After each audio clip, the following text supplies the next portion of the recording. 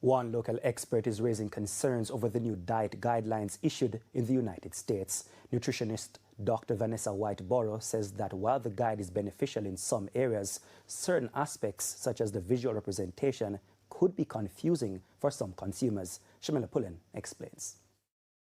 U.S. Health Secretary Robert F. Kennedy Jr. has rolled out new national dietary guidelines aimed at reshaping how Americans eat.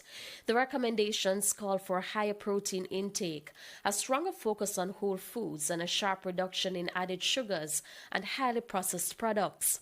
While the changes have won support from some experts, they have also raised concerns locally, particularly regarding the visual representation of the new guidelines. All the food groups are mixed together in this new pyramid, so it doesn't make it easy for the average consumer to estimate the amounts or the portions of the different food groups that they should be consuming, because they will look at this image and think that all the food groups are healthy. However, it's difficult for them to recognize the messages around reduced consumption of whole grains. Nutritionist Dr. Vanessa Whiteborough says the guidelines need to provide clearer guidance on the recommended balance of fats and proteins, including their sources. Also, the message around the amount of healthy fats that you should consume.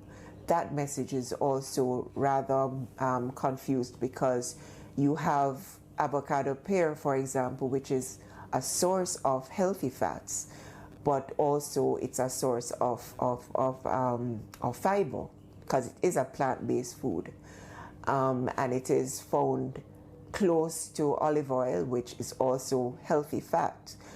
But even the message around healthy fat was always that you shouldn't consume too much healthy fat because it's a fat, nevertheless. The nutritionist says that while Jamaicans will adapt, she advises continuing to follow the local dietary guidelines. So I would want to caution the Jamaican public that when we talk about our staple group in our food guide, for example, we're making reference to our ground provisions, which for the North Americans, they actually classify that in the vegetable group, right? But our ground provisions are significant sources of the carbohydrate in our Caribbean diet.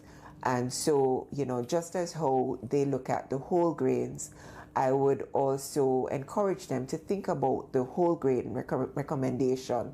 Shamila Pullen, TVJ News.